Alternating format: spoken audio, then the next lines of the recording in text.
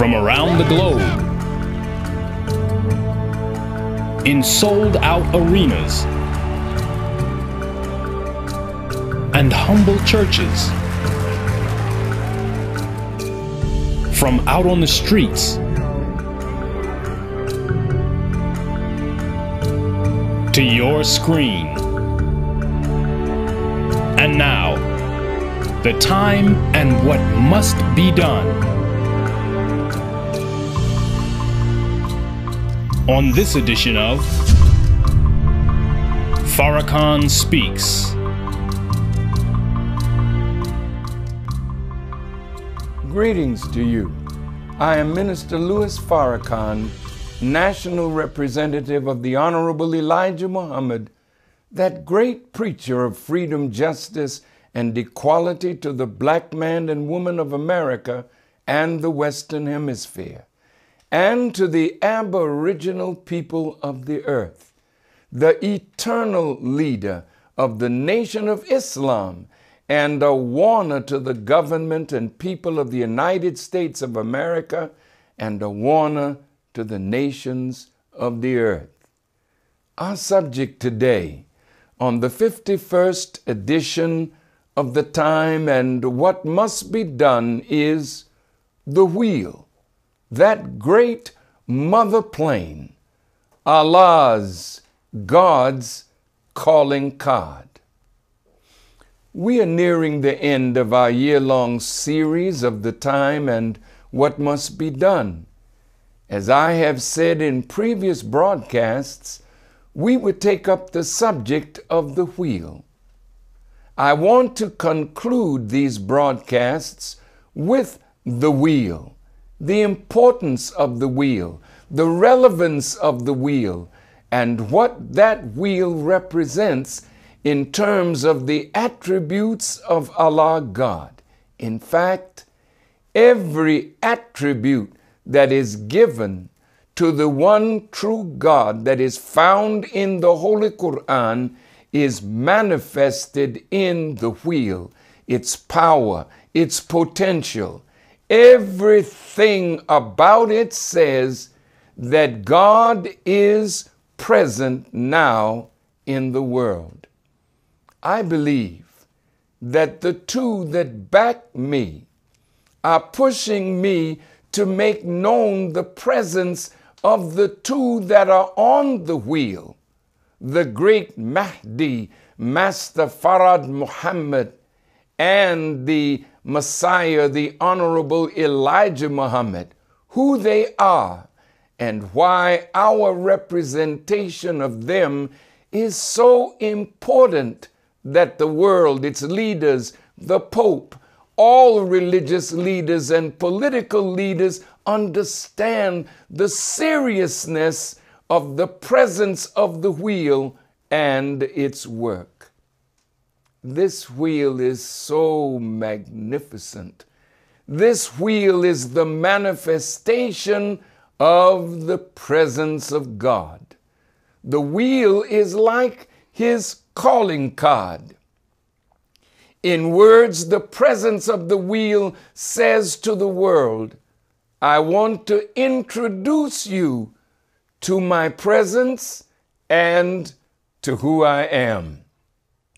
Take my calling card, study it, look at it carefully, and it will bear witness that as Moses was told when he asked God, who should I tell them sent me? And God said, tell them I am that I am. That means I am present, I exist, I have come. So Allah, God, the Son of Man, shows up in a wheel, and he comes down from the wheel, and he finds Elijah, and he teaches Elijah, and oh God, did he teach that man, and he makes Elijah Muhammad into himself. So even in the 1940s, when that minister, Lucius Bear, who was the dean of Elijah Muhammad's ministers At the time, he was a minister of the Seventh-day Adventist faith. And he was sitting with the Honorable Elijah Muhammad, and he asked Elijah Muhammad, "How do you know that the man you met is God Almighty in person?" And the Honorable Elijah Muhammad answered, saying, "Because he made me all up into himself." The Honorable Elijah Muhammad met with and was taught by the great Mahdi, Master Farad Muhammad, who he said is the manifestation of the presence of God in the world. He pointed out to the Honorable Elijah Muhammad, according to Elijah Muhammad's earliest writings, he said, "Master Farad Muhammad came to us from the holy city of Mecca in Arabia. He pointed out to me a dreadful looking plain, a half a mile by a half a mile. It was made after the universe of spheres, wheels within wheels. And although many had mocked and ridiculed this teaching, in America today, according to ABC News blog writer Alon Harish and U.S. News blog writer Seth Klein, on June 27th and 28th, and Educating Humanity, an organization which tracks UFO cases, on June 29th, articles report that 36% of Americans, about 80 million people, believe UFOs exist, and a tenth believe that they have spotted or seen one. This report was based upon a National Geographic Channel poll conducted in 2012 about UFOs. The National Geographic poll also showed that 48% of Americans are not sure about the existence of UFOs, and 79% believe there's a government cover-up about UFOs. Scholars, scientists of many disciplines, military people, highly placed individuals in many areas of science, people of every stripe, from presidents of countries and prime ministers to common people, have seen these wheels and have tried to bring it to the attention of the government of the United States of America to release what our government has said is above top secret. There's great interest among the American people and people of the world about this much talked of phenomenon known as UFOs. It is talked about in every country, particularly the countries that hold sway on the earth and who have nuclear arsenals and are engaged in great preparation for this final war. And there are others who have seen and have been so intimidated by our government that they have refused to tell even their wives or their children what they have experienced, and some have taken the secrets of what they know to their graves. Other nations have started letting their people know that such phenomena exists. According to the Disclosure Project, which is a research project working to fully disclose the facts about UFOs, extraterrestrial intelligence, and classified advanced energy and propulsion systems, the following countries released or are in litigation to release their UFO files. As of August 2013, these 24 countries are Argentina, Australia, Brazil, Canada, Chile, China, Denmark, Finland, France, Germany, India, Ireland, Japan, Mexico, New Zealand, Peru, Russia, Spain, Sweden, Ukraine, the United Nations, United Kingdom, Uruguay, and the Vatican City in Rome. But America is the last one.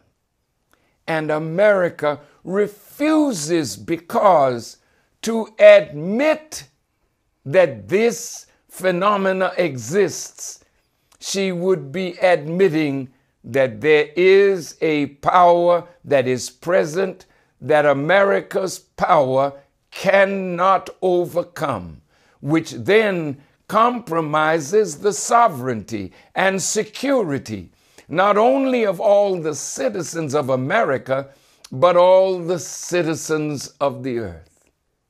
Whenever a nation is faced with a superior power that possesses a superior weapon that the present world and its war mongers cannot master, then that nation is unable to do the first thing that a sovereign nation must do, and that is to protect and secure her citizens. The protection of every human being on our planet now is threatened by the presence of something that America has been dealing with since 1940, but this great mother wheel has been in existence since 1929. Let me stop here and say that these are not extraterrestrial planes. They are not from outside of the earth. It is written in the Bible, and you go check it for yourself. These wheels rose up from the earth. The intention of these broadcasts is to lay bare the truth of this phenomenon as taught to us by the Most Honorable Elijah Muhammad, and it is to free all those who have been intimidated and made to look crazy, so that they will rise up and join us to tell the world what they have seen and what they have heard and what they have experienced. I'd like to share with you first some historic events that will give you the background that establishes the foundation from which we speak on this subject of the wheel. In Washington, D.C., on February 27th, 1990, we met with the editorial board of the Washington Times. And on February 28th, we met with the editorial board of the Washington Post. The owners of these papers and their great editors interviewed and questioned me for several hours. I believe these invitations were extended to me to examine me based upon my experience on the wheel, which I announced 4 months earlier on October 24th, 1989, at the J.W. Marriott Hotel in Washington, D.C. Present at these meetings from the Nation of Islam was myself, our late former editor of the Final Call, Brother Abdul Wali Muhammad, our Eastern Regional Minister, Minister Don Muhammad, Sister Ruth Muhammad, Brother Dr. Abdul Alim Muhammad, Brother Akbar Muhammad, Brother Leonard Farrakhan Muhammad, Brother Mustafa Farrakhan, Brother Abdul Sharif Muhammad, Brother Abdul Arif Muhammad and Brother Jamil Muhammad. Some of those who were present at the editorial board meeting from the Washington Post were Mr. Donald Graham, the son of the owner of the Washington Post, Ben Bradley, senior editor, Meg Greenfield, editorial page editor, and other senior editorial staff. Also present was writer Milton Coleman, a black man that had broken the story of Reverend Jesse Jackson's Hymietown remark referring to the Jewish community in New York that created an intense furor during Reverend Jackson's bid to become the Democratic nominee for the presidency of the United States in 1984. I had rebuked Mr. Coleman for violating the principle of disclosing a private conversation with Reverend Jackson. Not defending the reported remark, however, I was then falsely accused of threatening Milton Coleman's life. I spoke with Milton Coleman at that time, and he promised to meet with me if I would make known that I did not intend any harm to him or his family. And I said to Mr. Coleman, I said, brother, I'll be on the Ted Koppel show tonight, and I will make that announcement from the Ted Koppel show, which I did. And when Mr. Coleman and I were to meet to iron out our differences, the members of the Washington Post senior staff forbade him from meeting with me. So while I was at the Washington Post, I rebuked the owners and senior staff of the Washington Post at this meeting for not allowing Mr. Coleman to meet with me. This is contained in the full audio copy of the interview which we have. These meetings were of such historic significance that they were published on the very next day on the front pages of the Washington Times and the Washington Post. The words and answers that I gave to their questions was given more space in these national newspapers than any black leader has ever received in the history of these papers. It was as though both the Washington Post and the Washington Times wanted to give the world, through their readers, a close-up view of a man that had been labeled as a hater, an anti-Semite, and an enemy of America and the white race. We will post both of the interviews on our website that were excerpted in their papers so that you may read and understand how Almighty God Allah was guiding me in dealing with the scribes or writers of this world. They were questioning me in the same manner that Jesus was questioned by the scribes or writers of his day, as it is written of in the Bible. During my interview with the Washington Post on February 28, 1990, I was asked this final question in the interview. The question was, quote, "We've had a chance to go over most of the areas where you have said something in the Post. One that came up in a press conference the last time you were in town that I'm frankly not sure I understand is the business of the wheel. At that press conference, I related my experience with the wheel and made the announcement of President Reagan's plans that were told to me by the Honorable Elijah Muhammad. Here is a part of my answer to that question during the Washington Post interview, February 28, 1990. I started by saying, you know, I'm very glad you asked that. I was not going to raise it. I was just wondering who would. You know that Louis Farrakhan has been teaching in the black community at that time for 36 years. And he is not known to be a nut and is not known to be insane. And if you have psychiatrists and psychologists at this board meeting examining me and my words, I am sure you could attest to the veracity of that statement.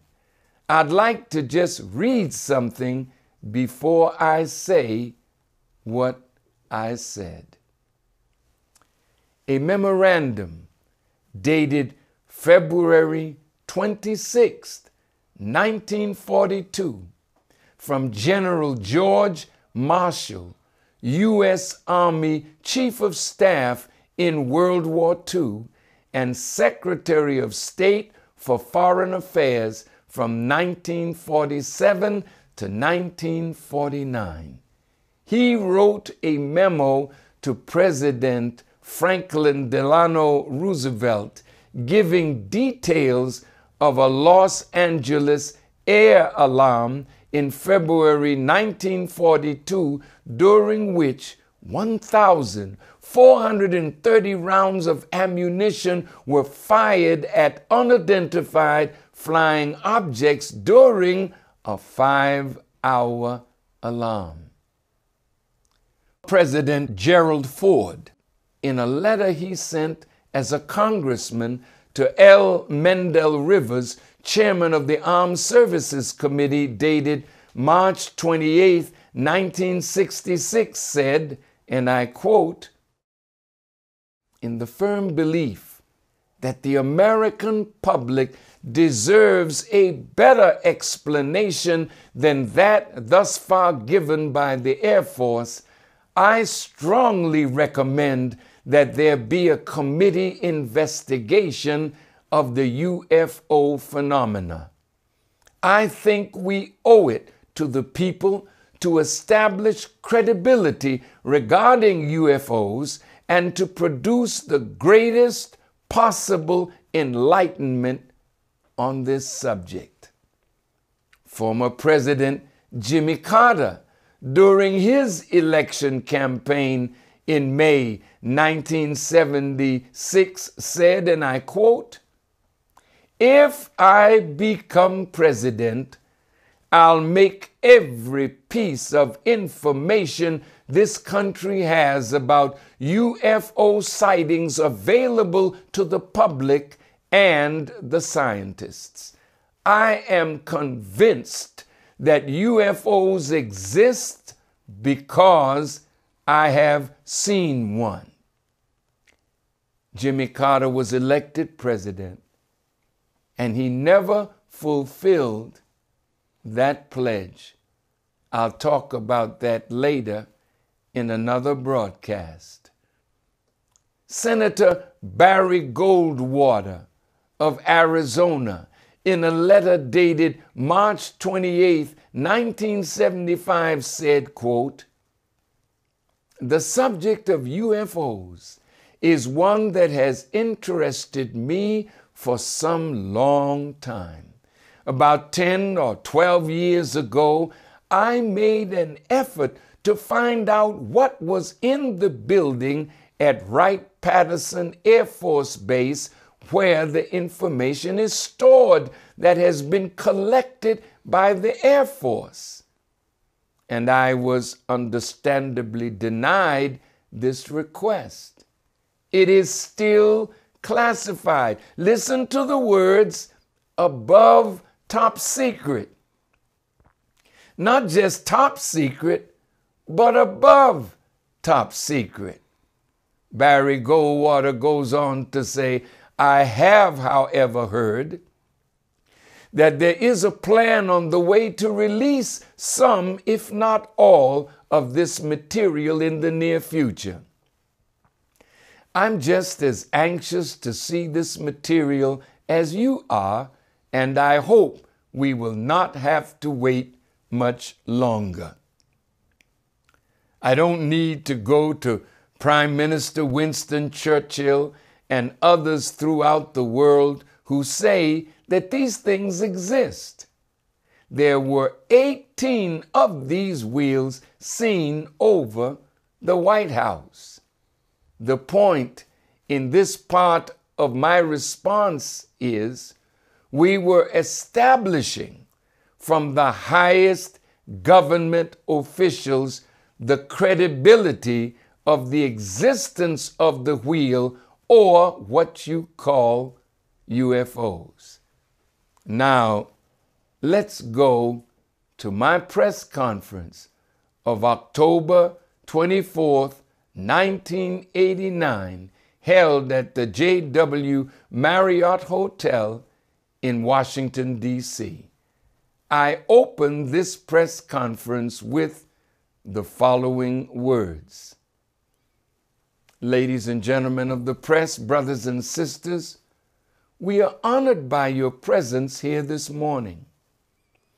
I am a man who has great respect for the press and the electronic media, and I also have respect for myself and my mission.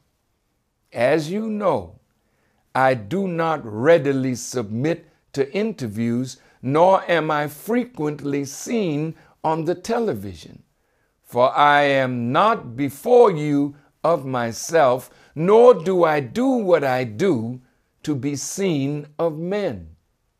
Therefore, I have never tried to abuse or misuse the press to seek advantage for myself or the Nation of Islam. Here is a video portion of that press conference. So in calling this press conference, I'm calling you because of the serious nature of the announcement that I am about to make. An announcement on which hangs the future of this nation, its leaders, and the people of America. This is not the usual press conference, though I realize that you may only be able to use a very small portion of what I say if you choose to use it at all. However, I would hope that you record everything that I say, that it may bear a record either for or against you and me. It is written in the book of Ezekiel, when I say unto the wicked, you shall surely die, and you give him not warning, nor speak to warn the wicked from his wicked way, to save his life, the same wicked man shall die in his iniquity, but his blood will I require at your hand. But if you warn the wicked, and he turn not from his wickedness, nor from his wicked way, he shall die in his iniquity, but you have delivered your soul. It is in this spirit that I make this announcement. In a tiny town in Mexico called Tepoztlan, there is a mountain on top of which is the ruins of a temple dedicated to Quetzalcoatl, the Christ figure of Central and South America. A mountain which I've climbed several times. However, on the night of September the 17th, 1985, I was carried up on that mountain in a vision with a few friends of mine.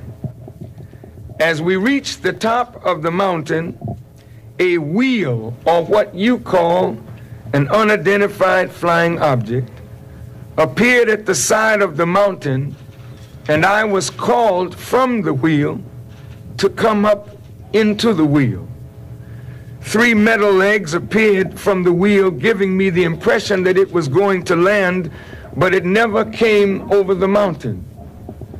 Being somewhat afraid, I called to the members of my party to come with me, but a voice from the wheel spoke, saying, "Not them, just you." I was told to relax, and a beam of light came from the wheel, and I was carried up on this beam of light into the wheel. I sat next to the pilot. However, I could not see him. I could only feel his presence. As the wheel lifted off from the side of the mountain, moving at a terrific speed, I knew I was being transported to the mother wheel, or the mother plane, which is a human-built planet a half a mile by a half a mile, which the Honorable Elijah Muhammad taught us of for over 60 years. The pilot, knowing that I was fearful of seeing this great mechanical object in the sky, maneuvered his craft in such a way that I would not see the mother plane, and then backed quickly into it and docked in a tunnel. I was escorted by the pilot to a door and admitted into a room. I shall not bother you with a description of the room, but suffice it to say that at the center of the ceiling was a speaker, and through this speaker I heard the voice of the Honorable Elijah Muhammad speaking to me as clearly as you hear my voice this morning. He spoke in short, cryptic sentences, and as he spoke, a scroll full of cursive writing rolled down in front of my eyes, but it was a projection of what was being written in my mind. As I attempted to read the cursive writing, which was in English, the scroll disappeared, and the Honorable Elijah Muhammad began to speak to me again. He said, and I quote, "President Reagan has met with the Joint Chiefs of Staff to plan a war. I want you to hold a press conference in Washington, D.C., and announce their plan and say to the world that you got the information from me on the wheel." End quote. He said to me that he would not permit me to see him at that time, but he said that I had one more thing to do, and when that one more thing was done, I could come again to the wheel and I would be permitted to see him face to face. He then dismissed me, and I entered the small wheel, and the pilot, whom I still could not see, moved the craft out of the tunnel and took it up to a terrific height and maneuvered his craft that I might look down upon the mother wheel, and I saw a city in the sky. With great speed, it brought me back to earth and dropped me off near Washington, where I then proceeded into this city to make the announcement. After I awakened from the vision, it seemed to vanish from my mind. However, on the morning of September the 19th, 1985, a great earthquake struck Mexico City, and it was felt as far away as Tepoztlan, the little town where I was staying. The earthquake brought the vision forcibly to my mind, and I spoke it later that morning for the first time to my wife, Khadija Muhammad, and to Sister Taineta Muhammad in the city of Cuernavaca in Morelos, Mexico. This was the announcement of my experience with the wheel that the Washington Post editor was referring to in his final question.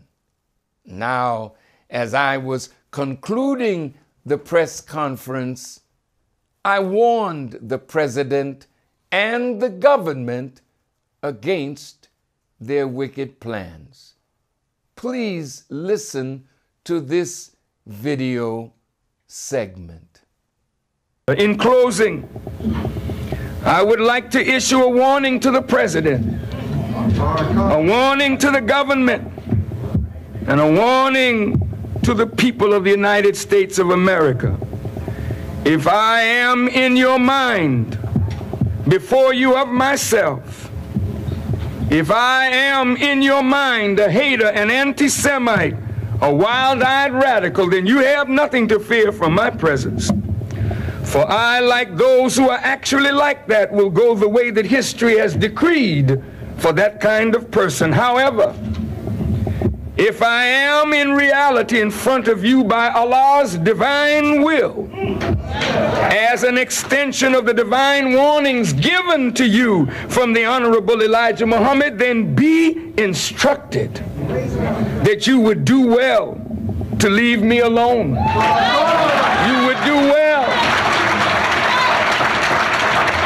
You would do well to leave the Nation of Islam alone and to cease and desist from your evil planning against the future of the black people of America and the world.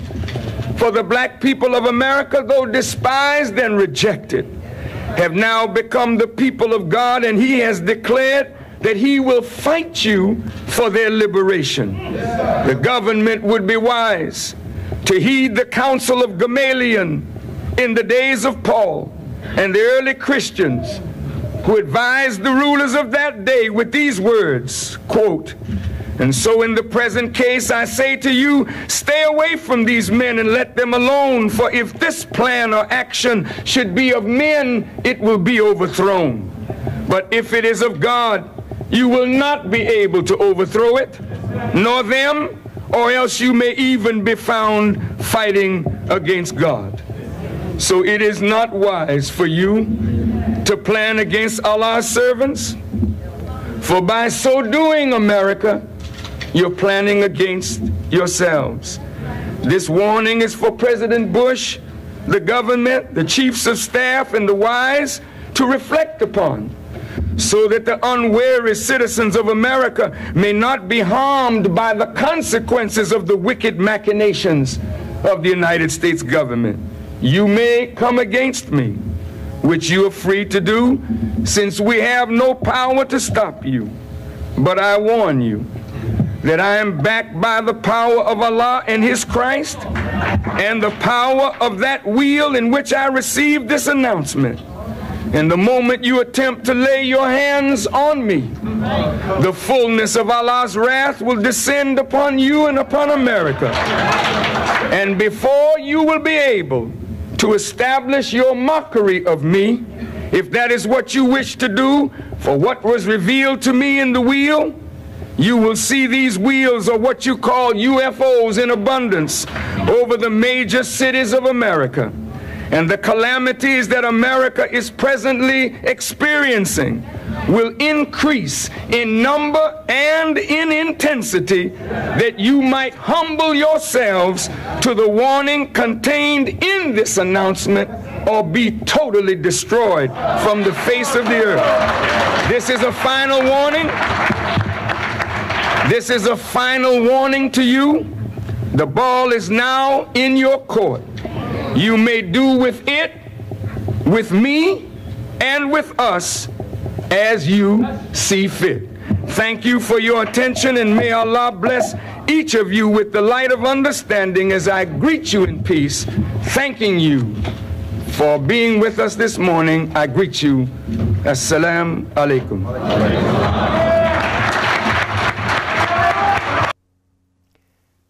That same night, after I concluded my press conference, it was reported and shown on a Washington, D.C. news station, Channel 9, on live TV, footage of the wheel's presence in Washington, D.C.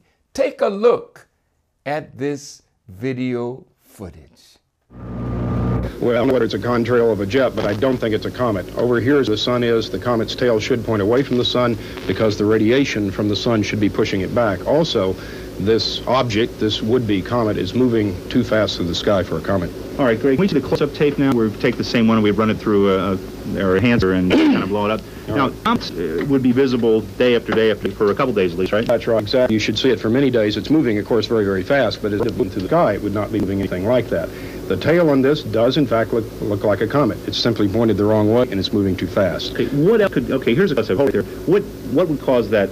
Well, it could, of course, be a vapor trail from an airplane, and somebody would claim it's a UFO, but I would not say it's that. You should turn to that as the last possible explanation, and I suspect that others can come up with an explanation in meteorology. All right, I don't have any meteorological explanation. I mean, if it was a vapor contrail, there's one thing that blows that theory. That is that this was seen in Baltimore almost 60 miles away, exactly the same way, at exactly the same time, at exactly the same spot of the horizon. That tells me it can't be a contrail. You can't see that far. Well, with respect to being a comet, in fact, there is a reasonably bright comet on the horizon, which you could see if you look very carefully, but it's north-northwest, and this appears to be south-southwest. So it's in the wrong place in the sky. And I've checked with the Smithsonian Astrophysical Observatory and the Naval Observatory, and they're not aware of one, or at least they didn't know when I called them. I don't think that this is a comet. So what we're left with is what are your possibilities in order? Well, first of all, I think you need more data. You need to analyze them better. I'd like to see some photographs from... You might find that there's a comet that people have not yet reported. You might find that it's somehow related to an airplane. You might find that it's some type of meteor. You find occasionally there are meteors, rocks that are simply going through the sky, what a child would call a shooting star, which will cause a momentary streak of light. It's called a bolide. Perhaps one of those. But I would not say it's a UFO. Keep you updated. Meanwhile, Bill Kamal will be back with a 6-day forecast in just a couple of minutes. Gordon, that's it. What do you think it is? I'd go towards the meteor or something breaking up from space, but neither a contrail or a comet.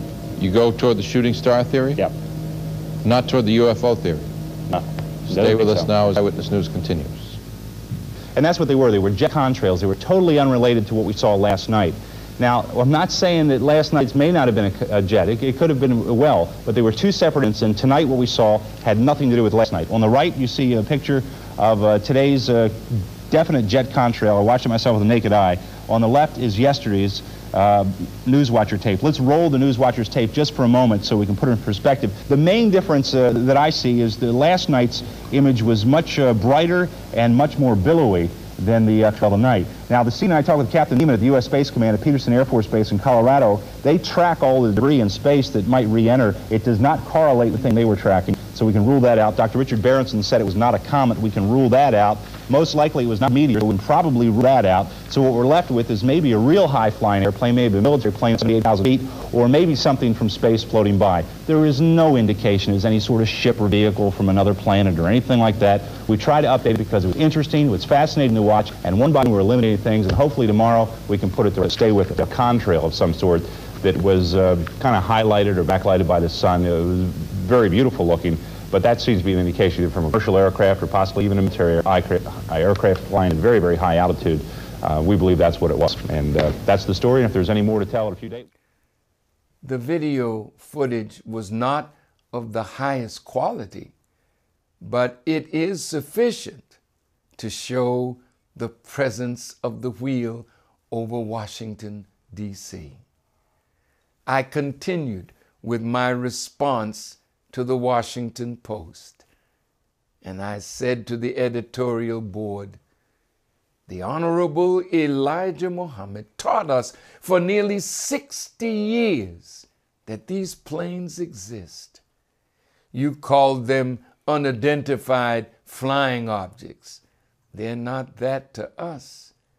They're referred to in the writings of Ezekiel the prophet as the wheel within a wheel that was seen by Ezekiel in a vision 595 years before Jesus was born. In the Washington Post, reported on the front page a few years ago, a Japanese pilot, Captain Kenju Terauchi, who is not crazy, who had been flying planes for nearly 30 years, that he saw this not only on his radar, but he monitored this great wheel for nearly an hour and a half between Asia, the Bering Straits, and Alaska. And he drew a picture which the Washington Post put on the front page, comparing his 747 to this huge mother of planes. He said it looked like two huge aircraft carriers in length, which bore witness to what the Honorable Elijah Muhammad said, because the largest aircraft carrier is about 440 yards, a quarter of a mile, and two of them together would be a half a mile. Now you may say, of course, Elijah Muhammad's dead. How could he speak to you? Since 1981, I have been saying to the world that Elijah Muhammad is not dead. He is alive. I am saying to the world that Elijah Muhammad is the Messiah that the Quran is speaking of. I am saying to the world what the Quran says of the Messiah. He escaped a death plot against him. Of course, you still may hold on to your thought, Elijah Muhammad is dead. But how could he be dead and he speak to me on the wheel? This is incredible. But remember, the Honorable Elijah Muhammad told me the plans of the President of the United States of America, and told me it was in the early part of September 1985 that he met with his Joint Chiefs of Staff to plan a war. He didn't tell me who the war was against, but he told me to make known their plans and tell the world that you got it from me, Elijah Muhammad, on the wheel. In that announcement, I said the words that I was instructed to give not only to the world, but to his followers and family. He's alive. He's on the wheel. And he is with Master Fard Muhammad. And he is in power as we speak.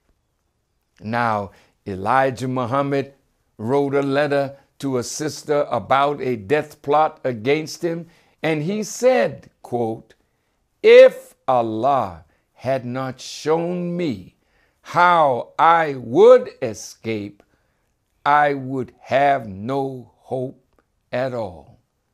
The Quran bears witness. Look at these words.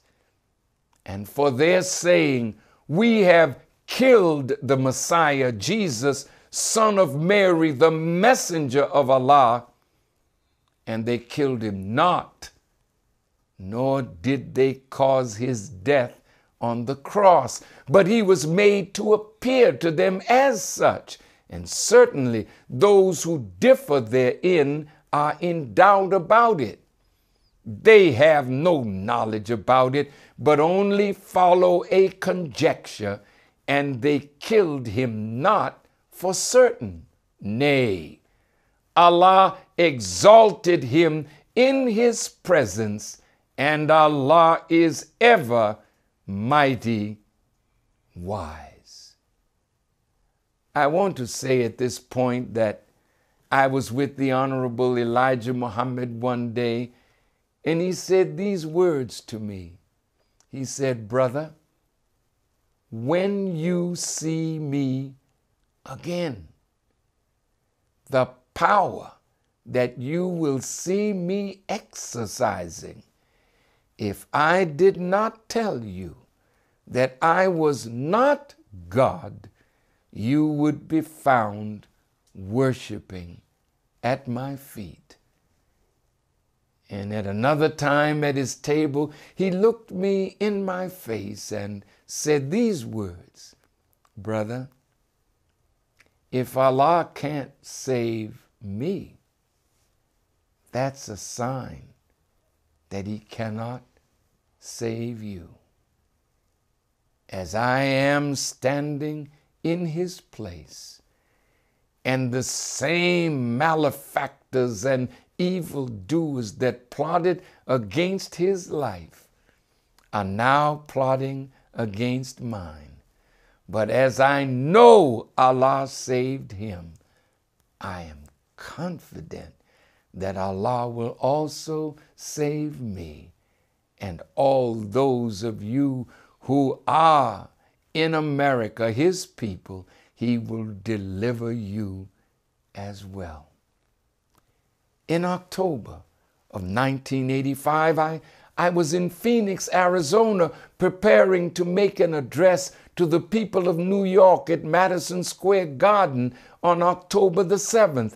I left Phoenix on the 6th of October, and what was reported in the news was that there were 15 squadrons of 4 of these wheels, 60 of them, flying in the same direction I was traveling from southwest to northeast, and it was reported on National Public Radio out of Tucson, Arizona. The Army reported it, and the Army followed the planes, and they reported this. According to the Pima County Library of Tucson, Arizona, in their filings named UFO Sightings Reported in Tucson, it is written, and I quote, October 7th, 1985, Federal Aviation radar operators at Tucson International Airport reported tracking 15 groups of aircraft, at least 60 in all, as they flew from the Avra Valley area in the southwest across the city and out through Reddington Pass. In another record held by the group UFO DNA, who refer to themselves as the Encyclopedia of UFO Sightings, they recorded that on the 7th of October, 1985 at 00:15 hours, that means 15 minutes after midnight, certain police helicopter incident, airport radar detected about 60 unidentified aircraft over a 90-minute period. Dozens of witnesses also saw them. Appeared southwest, speed 288 miles per hour, 7,000 feet altitude, 15 groups of 4 objects per group. Wow. No military objects were tracked by radar. Now listen, if these wheels were traveling at 288 miles per hour, they wanted to be seen. They wanted us to see them because they travel at speeds that no supersonic jet by any country in this world has developed that can fly at the speed of these wheels. So they wanted you to see them traveling southwest to northeast behind the representative of the Son of Man. It was the Arizona Daily Star of Tucson that reported the sighting in its newspaper October the 9th, 1985, which reported the incident, making it known to the world. As I related these events during the interview at the Washington Post, Mr. Ben Bradlee, executive editor of the Washington Post, leaned over to Donald Graham and whispered, "He knows. He knows. He knows." He said it 3 times. Continuing my answer to the Washington Post's question on the business of the wheel, on February 5th, 1986, Kwame Ture, formerly known as Stokely Carmichael, representing 15 groups, asked me if I would participate in a press conference at the National Press Club with the theme, Hands Off Libya. I agreed. I went to Washington, wrote the speech. It was approved by Kwame Ture, and in front of 15 groups and the world media, we mentioned Hands Off Libya. I was a part of that press conference at the Washington Press Club in February, not in obedience to my experience on the wheel, because the meaning of it had not yet crystallized for me at that time. But the buildup against Muammar Gaddafi under Ronald Reagan had started. And while I was traveling in Africa, it became clear to me that the nation that the president was planning a war against was Libya. So I went to Libya. I canceled my world tour, sent my family and laborers back to America, and I went on to Libya on a Russian Aeroflot jet to warn Muammar Gaddafi of America's plans to bomb his country. That night, in my hotel suite in Tripoli, Libya, the top echelon of the Libyan government, except Muammar Gaddafi and Major Abdul Salim Jaloud, were in my suite. And I told them what I learned in my vision-like experience from the Honorable Elijah Muhammad. And when I finished, they literally fled out of my room. And within a month, America bombed Libya. The fight started 2 weeks before the actual bombing took place, but something happened, and one of the great aircraft carriers had to go back to Florida for repairs. And it came out in the Arab newspaper in Saudi Arabia that a bright, shining object was seen over the Mediterranean. I called back to the United States even before I read that article in Saudi. I said the wheel is present in the Mediterranean and it's interfering with the highly sensitive electronic equipment on that aircraft carrier. And that aircraft carrier had to go back to Florida for repairs, and a similar aircraft carrier was sent to Libya in its place. That gave me time to leave Libya and go to Saudi Arabia. I wish to stop a moment from my response in the Washington Post interview to relate a significant event that occurred after my announcement and warning in Libya of President Reagan's plans. While I was in Libya in March of 1986, I spoke at the Second World Mathaba Conference. Muammar Gaddafi asked me if I would introduce him. And I said yes, and in my introduction to Muammar Gaddafi, I told for the first time my vision-like experience, but it was first revealed on a world stage in front of about 80 nations. And every one of the members of these nations had already known about these wheels. And I warned President Reagan from Tripoli, Libya at the time. I warned Attorney General Meese at the time and Secretary of State Schultz at the time that they should not attack Libya. Prior to my trip, the Attorney General of the United States at that time, Mr. Edwin Meese, said in a Chicago newspaper that if I went to Libya, that Farrakhan should be prosecuted.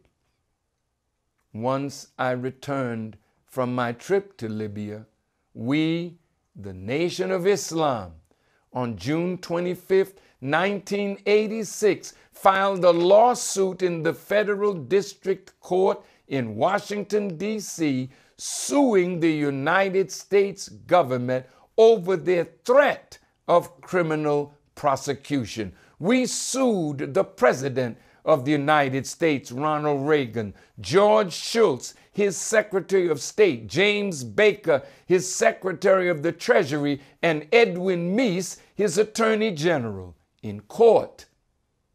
The government backed away from their threat by saying they did not intend to prosecute. The court, in its decision to dismiss the lawsuit, said that although the Attorney General made the statement, there was no other action that indicated the government was seeking or preparing to prosecute the minister. This is very important because we challenged the United States government, and at that time, they backed away. Returning to my response to the Washington Post interview, and now in 1987, the same Washington Post, New York Times magazine section, and on the front page of the Atlanta Constitution, it read, "America plans war with Libya." And right in the text of the reporting, it said, President Reagan met with the Joint Chiefs of Staff early in September to plan a war against Libya.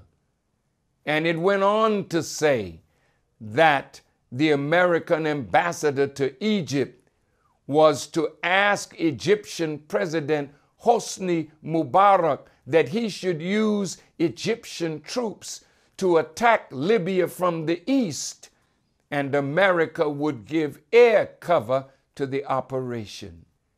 And Hosni Mubarak backed out of it. This was reported. And so that verified for me the truth of my vision-like experience. I thought that the vision was over and I had satisfied what was asked of me. And last year, 89, while I was in Phoenix, Arizona, I looked on the television and there I saw tanks rolling over Chinese youth in Tiananmen Square.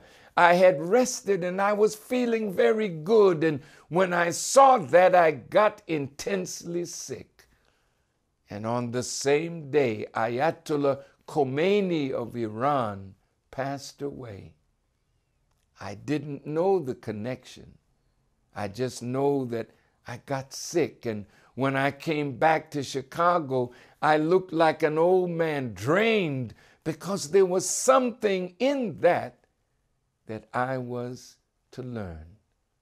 Later, my East Coast representative, Brother Don Muhammad, called me on the telephone. Don Muhammad is a man honored in Boston by the mayor, the police chief, everybody in that city as an upstanding, outstanding citizen. This brother called me and said that the gangs had shot up a section of Boston, and this gang violence, we were fortunate that no one was killed, but $250,000 worth of property was destroyed. And the gang leaders told Brother Don, who was intervening to bring peace, that if Brother Farrakhan tells us to put the guns down, they would put them down. So Minister Don was asking me to send the gang leaders a message. And when I put the phone down with him, I started thinking, well, I didn't tell them to pick up the guns.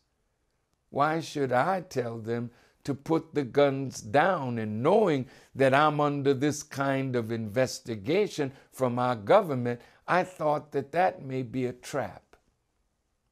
And then I came out as I started dictating a letter to my secretary concerning Boston. The strain started coming off me.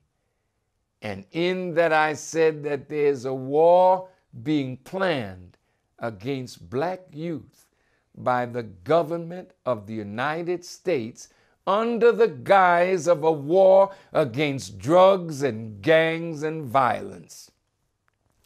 It still hadn't dawned on me the full connection.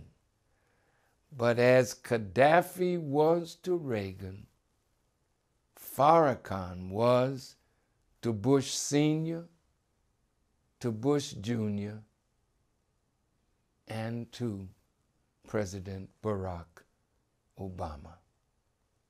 I went back out to Phoenix, and Mickey Leland, the congressman from Houston, was killed in a plane crash in Ethiopia. Something struck me. I don't know what it is, but I'm made sick again. And finally, in September, on my 36th wedding anniversary, I got a call, and the person says, "Happy anniversary." I said, "Oh, yes, my wife and I have been married for 36 years. And they said, "No, I'm not talking about your marriage. I'm talking about the anniversary of your vision." And then it all clicked for me.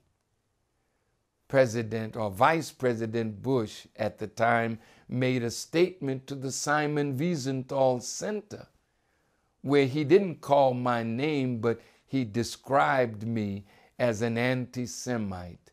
And the murder of all those babies in Tiananmen Square, President Bush never took a strong stand against that slaughter, not to this day. And right after the slaughter, he sends on a secret mission National Security Advisor Brent Scowcroft and others into that area. The Senate, the Congress is coming down on China, but not Mr. Bush. Why? I asked. And then I said, it's a ratio and proportion. As Gaddafi was to Reagan, Farrakhan is to Bush. And now Farrakhan is to Obama. Our government has killed Muammar Gaddafi. And I think they're planning something similar for me. I held a press conference in Washington, D.C., and I charged Bush 41 with hatching this kind of a plan. My mind goes to Scripture because that's my orientation. Pharaoh said, let's deal wisely with them. Pharaoh had a plan against Jews. And I said at that editorial meeting, every Jewish person in this boardroom, and there were several, knows that according to the Scripture, that plan was to kill all the male children of Israel and spare the females. And if you look at Black America today, tell me if there's not a plot. Nearly 25% of our black youth in prison, now 44% of youth who are detained, 46% of the youth who are judicially waived to criminal court, and 58% of the youth admitted to state prisons. Black males destroyed in the cities. They filled the armed forces. The women are the aggressive ones. The women in college, the women in business, the women moving ahead. But the black man is crushed. And so I maintain that what my father and teacher, the Honorable Elijah Muhammad, was revealing to me and telling me to reveal to the world was not only the plan of Reagan, but the plan of Bush, 41, the plan of Clinton, the plan of Bush, 43, and even the plan of our present president and the government of the United States of America. Mr. Reagan took a black man, an upstanding, sincere, committed black man like General Colin Powell, jumps over 30 other people and puts Colin Powell in as chairman of the Joint Chiefs of Staff. I maintain that he was there for a reason, and this is what I said to the Washington Post. I don't think Colin Powell was in on the planning for the thing that went down in Panama. I think that came out in the press. But who did they trot out to defend the action? Because it was black people being killed in Panama. I remind you. And so a black man, a sincere, committed American, is used to justify the bombs that fell in Panama. And I say right now, the mood is created for the killing of black people. Is there a plan? I believe there is. And I believe that what was revealed to me on that wheel, that it is the truth. And I'm saying to President Bush, I'm saying to America, and I'm also saying to President Obama, don't go that way. Because there is a bigger power, and you're going to have to answer for everything that you do.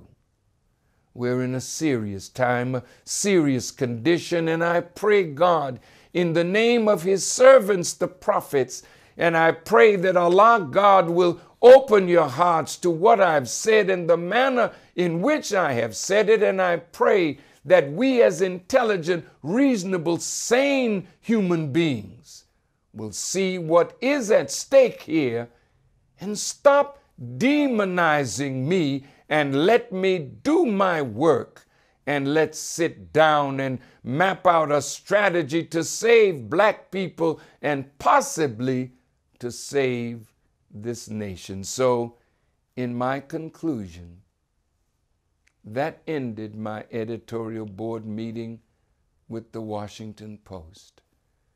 So as you can see from my answers to the questions put to me about the wheel, that Allah God was guiding me to more fully reveal the knowledge of the hidden meaning behind the actions of government at that time concerning the plot to destroy black youth, especially the black male, and the desire of the U.S. government to kill Louis Farrakhan and destroy the Nation of Islam.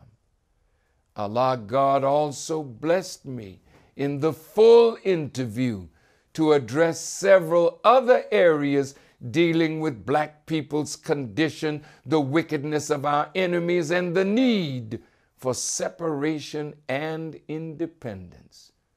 What Allah God revealed to me from my experience on the wheel guided me to meet with youth gang leaders in June of 1989 in Chicago, where I shared with them my experience on the wheel and the plan to destroy black males under the guise of a war on drugs.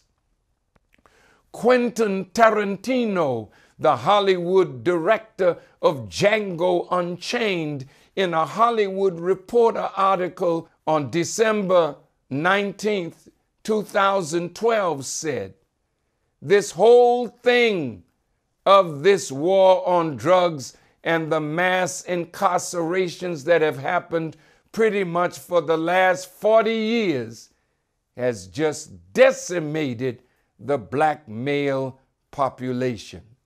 The filmmaker said on George Stroumboulopoulos Tonight, it's slavery. It's just slavery through and through. And it's just the same fear of the black male that existed back in the 1800s. In October 1989, my Savior's Day message was Stop the Killing. And after my announcement on October 24th, a few months later, I began a Stop the Killing tour throughout the United States to warn black men about the plans of the United States government against us. In late 1993, I went to New York and spoke at the Jacob Javits Center and announced my desire to speak to men only, thus launching the Men's Only Tour throughout the United States. And on January 24th, 1994, the first Men's Only meeting was held at the 369th Armory in New York. Nearly 16,000 men came, but only 12,000 could get in. And it was at this meeting that I was guided to utter the words, I want to take 1 million men to Washington, D.C., thus germinating the vision for the Million Man March on October 16th, 1995, where nearly 2 million men showed up, and it was the largest and most peaceful demonstration ever witnessed on the Washington Mall. That march delayed the plans of the U.S. government. Our actions on the Mall showed the world that we could be a civilized people, so that interfered with their plans. However, we have gone backwards since then. The enemy seems to have destroyed the meaning and the spirit of the Million Man March, and the killings that are going on in Chicago and in other cities of black against black is justifying a response that will be terrible in its manifestation. And because you have heard the truth and have rejected the truth, the scripture says part of our chastisement is that we will be bitten by fiery serpents and cockatrices, angry white people turning on you and killing you in large numbers. The only way you can avoid this is to stop the killing of self. Next week, inshallah, I'll show you why you don't need weapons. You can get rid of your weapons as the Nation of Islam has done. You don't need them. They want to attack us. We don't have any weapons, and we will not pick up any weapons. No, in next week's broadcast, inshallah, we will share with you the teachings of Master Farad Muhammad given to the Honorable Elijah Muhammad about the wheel. May Allah continue to bless you, guide you, and protect you as I greet you in peace. Assalamu alaikum.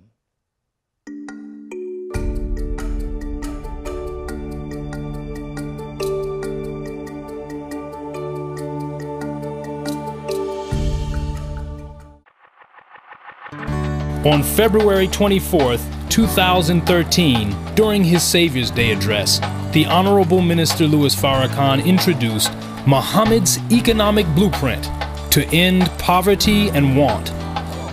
7 days times 1 nickel a day, 35 cents a week. Do you have it? Yes, sir. Isn't that painless? Yes, sir. You know you don't like pain. Yes, sir. Look at this.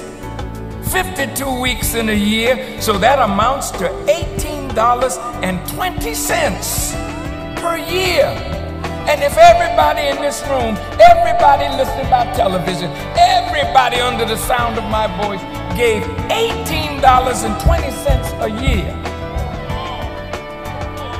multiply that by 16 million in the working force.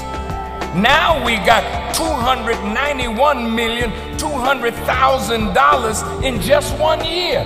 291 million. Look at the power of pennies, nickels, and dimes if all of us did this.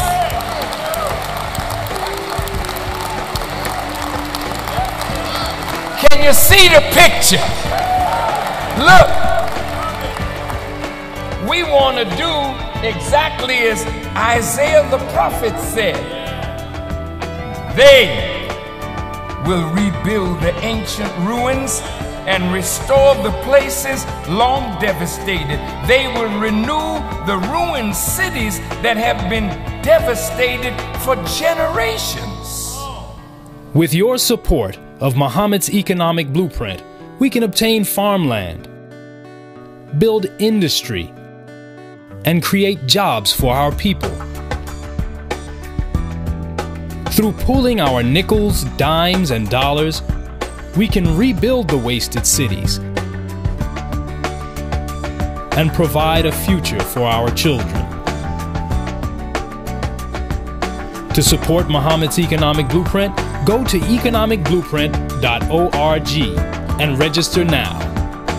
Are you in agreement with what we must do to end our poverty and want by accepting a program to put our nickels, dimes, and dollars together and make them work for us as a people? How many of you are in agreement? Would you just raise your hands?